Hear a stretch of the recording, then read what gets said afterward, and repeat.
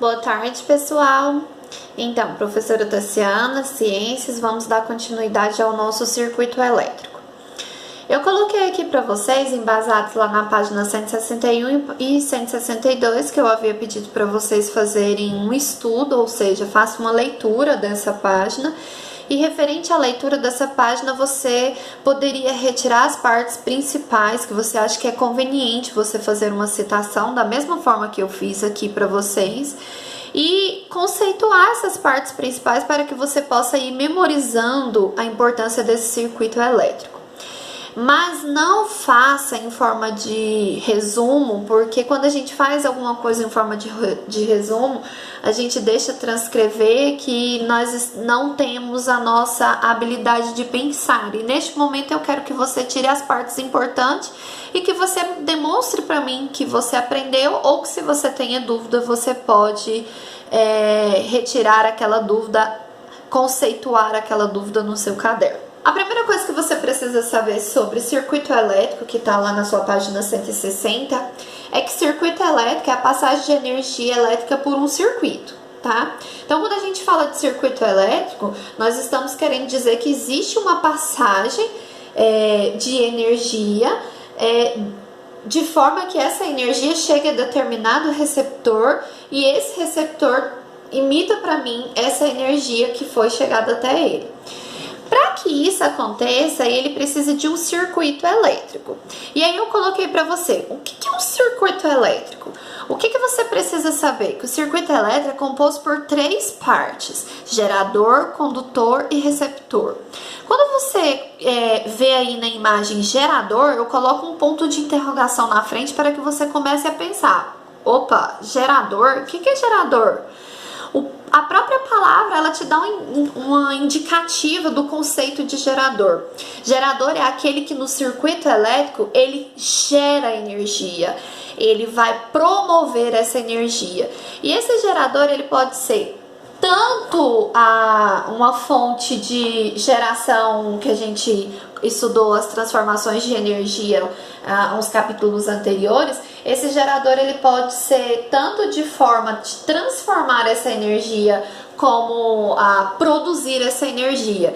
Por exemplo, um exemplo de gerador de energia pode ser as hidrelétricas. Afinal de contas, as hidrelétricas, elas precisam da força mecânica para haver transformação de energia. Então, o gerador de energia também pode ser uma pilha, porque é uma energia química que vai transformar em energia elétrica. E condutor? O que seria condutor? Condutor, o próprio nome também conceitua. Condutor vai ser aquele que vai levar aquela energia produzida pelo gerador até o final da condução, que é chamado de receptor. Então, o receptor aqui, na verdade, seria aquele que está recebendo a energia produzida lá no gerador. Então, eu começo pelo gerador, esse gerador produz, então, determinada energia mediante a fonte que ele proporciona, pode ser uma hidrelétrica, pode ser uma energia química, pode ser uma energia mecânica, vai ser conduzido, então ele vai passar pelo condutor, vai ser conduzido até aquele que vai receber aquela energia gerada lá no início, que é chamado de receptor. E aí a gente entra numa parte que eu acho interessante você entender, é como que essa situação ela é descrita na física, tá? Porque quando você vê um jogral assim, você precisa identificar quem é quem no quê. E a primeira coisa que você precisa entender é que esse campozinho que apresenta aqui na física é o seu gerador de energia. Suponhamos que aqui nesse caso o seu gerador seja uma pilha. Então, você vai ter aqui a parte superior do gerador dessa pilha é o polo positivo. Então, a linha que tem maior tamanho, ela vai ser o polo positivo. E a linha que tem menor tamanho vai ser o polo negativo. Então, você vai ter dois polos, porque no vídeo anterior eu já havia dito para vocês que para que você tenha condutores de energia, você precisa de polos positivos e polo negativo. Esse polo vai passar pelo condutor de energia, então esses aqui são os fios condutores de energia, e esse daqui que parece que levou um choquinho é o seu receptor de energia.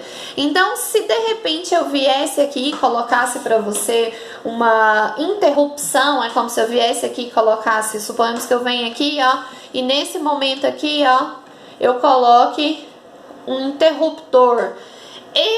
Essa energia vai ser gerada? De maneira nenhuma, porque eu interrompi a passagem de corrente elétrica do polo negativo, então não vai ter interrupção. É como se o fio nesse momento aqui tivesse sido descascado.